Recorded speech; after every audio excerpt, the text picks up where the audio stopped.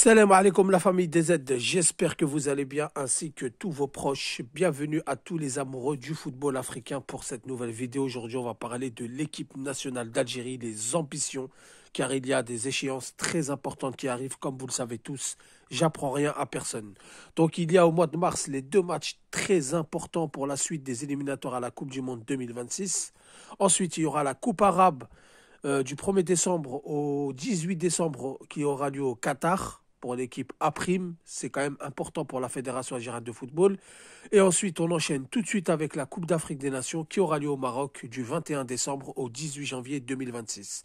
Donc là, les amis, pourquoi je fais cette vidéo? Tout simplement, il y a eu deux déclarations similaires du président de Fédération algérienne de football, qui est Walid Saadi, et du sélectionneur national, M. Vladimir Petkovic, suite au tirage au sort des groupes pour la Coupe d'Afrique des Nations. Donc, comme vous le savez, l'Algérie est tombée sur le Burkina Faso, la Guinée équatoriale et le Soudan dans le groupe E. Et il y a eu des réactions qui en disent beaucoup sur l'état d'esprit, sur les priorités et surtout les ambitions de cette équipe nationale d'Algérie. Donc, M. Petkovic a déclaré que c'est un groupe compliqué, qui connaît les adversaires, notamment la Guinée équatoriale, pour les avoir affrontés. Mais le plus important, c'est la qualification à la Coupe du Monde 2026. On préparera la CAN en gros au moment venu. Walid Saadi, qui est son président, a déclaré « C'est un groupe équilibré auquel il ne faut pas sous-estimer. Il n'y a plus de petites équipes en Afrique, mais le plus important pour l'équipe nationale, c'est la qualification à la Coupe du Monde 2026. C'est primordial. » Qu'est-ce qu'on doit entendre par là? Alors c'est vrai qu'on ne va pas mettre la charrue avant les bœufs. Nous, sur les réseaux sociaux, youtubeurs, tiktokers, tweetos, on s'est extasé, on s'est excité, on a commenté les groupes, c'est normal, on était dans l'euphorie. Nos dirigeants ne l'ont pas vu de la même manière. Je ne les sens pas enthousiasmés, je ne les sens pas poussés par un élan on va dire, une envie d'aller chercher ce titre. Alors oui, il ne faut pas mettre la charrue avant les bœufs, comme je vous ai dit, il faut se poser. Il y a deux matchs très importants en mars, et là on y vient. Puisqu'on entend aussi, ici et là, il y a des bruits de couloir qui disent que si Vladimir Petkovic rate sa date FIFA du mois de mars et compromet la qualification de l'équipe d'Algérie en Coupe du Monde, il pourrait sauter et être remplacé. Et ça serait la raison pour laquelle Bouguera a été rappelé au cas où, comme une roue de secours. Bon, il y a des choses qui me paraissent vraies, il y a des choses qui me paraissent bizarres. Mais en tous les cas, ce qui se dit, c'est que Vladimir Petkovic serait sur la sellette en cas d'échec face au Botswana et au Mozambique, en cas de compromission pour la Coupe du Monde. Alors, il faut savoir que l'Algérie évolue dans le groupe G. Ils sont premiers avec 9 points à égalité avec le Mozambique, qui a aussi 9 points, mais on est devant grâce au goal à virage et on a gagné chez eux 2-0. Donc pour l'instant, on a le dessus sur eux.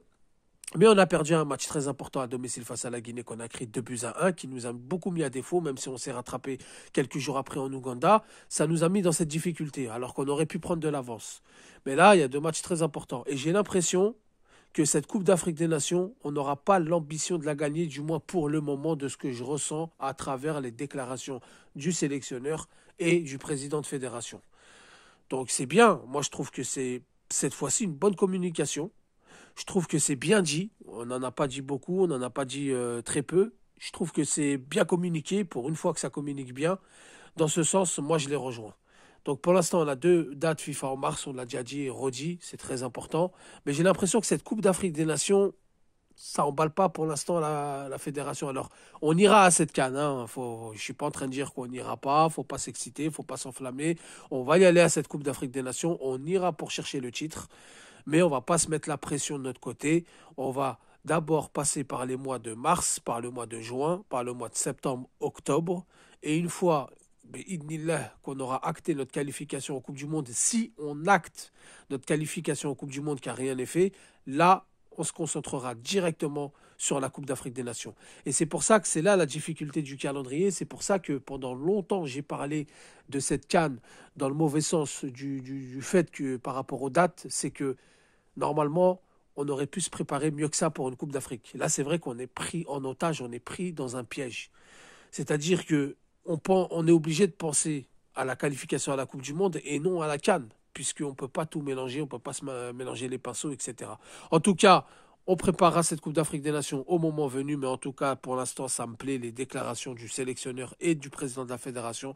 Quand c'est pas bon, il faut le dire. Quand c'est bon, il faut le dire aussi. Donc les amis, qu'est-ce que vous en pensez en commentaire? Dites-le moi. Merci d'avoir écouté la vidéo. Prenez soin de vous. Bonne journée. Je vous dis salam alaikum. Que la paix soit sur vous.